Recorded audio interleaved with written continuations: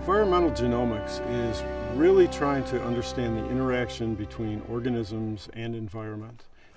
With genomics, we're really looking at the entire set of genetic information that's contained either within an individual or larger within a whole community of organisms.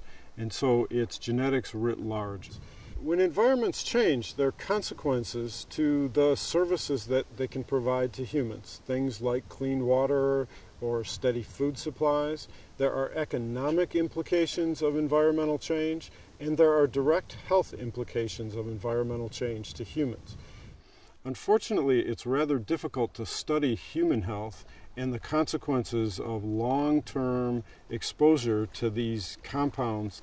So what we'd really like to do is look at surrogate organisms that live in these environments and can tell us about the consequences of those exposures, and use that as an indicator for what might be the consequences to human populations that are exposed to the exact same chemicals for long periods of time.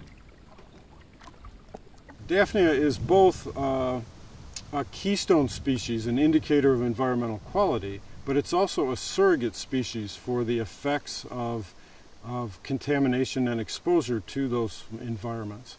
And so in some sense it is a canary in a coal mine. One of the very nice properties of Daphnia is that you can take a historical view of how they've changed. They have a unique biological attribute, which is they make a small diapausing egg that they release into the water, and it sinks to the bottom and gets trapped in the lake sediments. Over time, those get buried deeper and deeper and deeper, leaving a legacy of eggs that goes deep into the past. And we can take cores from those sediments, we can get the eggs out of the sediments, and we can hatch them out. And then we can directly compare what was there decades ago versus what might be there right now in a contemporary changed environment.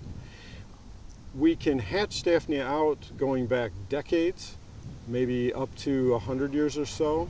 We can compare right now what the differences have been that reflect environmental change over decades or hundreds of years or even thousands of years. It's foreseeable in the near future that we'll be able to go to an ecosystem like this lake and collect a sample of organisms and ask questions about who's there, how many different species are there, ask questions about what genes are turned on, what are they responding to in the environment, and if we have the right sampling scheme, we'll be able to ask questions about how that population has changed through time in response to the environment. And we'll be able to do this very quickly and very cheaply. The Environmental Change Initiative is really using science to serve society, to create an environment that is both sustainable and vital for humans to occupy and to enjoy, not just now, but well into the future.